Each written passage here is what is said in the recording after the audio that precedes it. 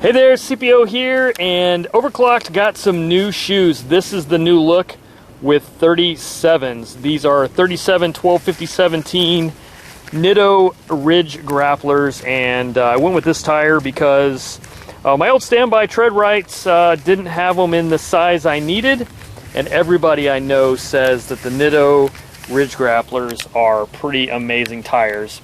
So basically, a lot of things are happening to Overclocked right now, and moving to 37s is part of the build plan, as is upgrading the front axle, going to lockers front and rear, re-gearing and upgrading the rear. But all of that stuff is happening over the course of the next few days. So anyway, this is the look with 37s, and things are moving along. How do you get 5 humongous tires over to the dealership to get them mounted? CPO here, and got these 37s, but I can only fit 2 in my Jeep. Even had to take the top off and the door surround off to get them in. And so 3 of them conveniently fit in the back of a Scion XB. So between the 2 of us, we're able to get these tires here to World Tour Off-Road to get mounted and balanced.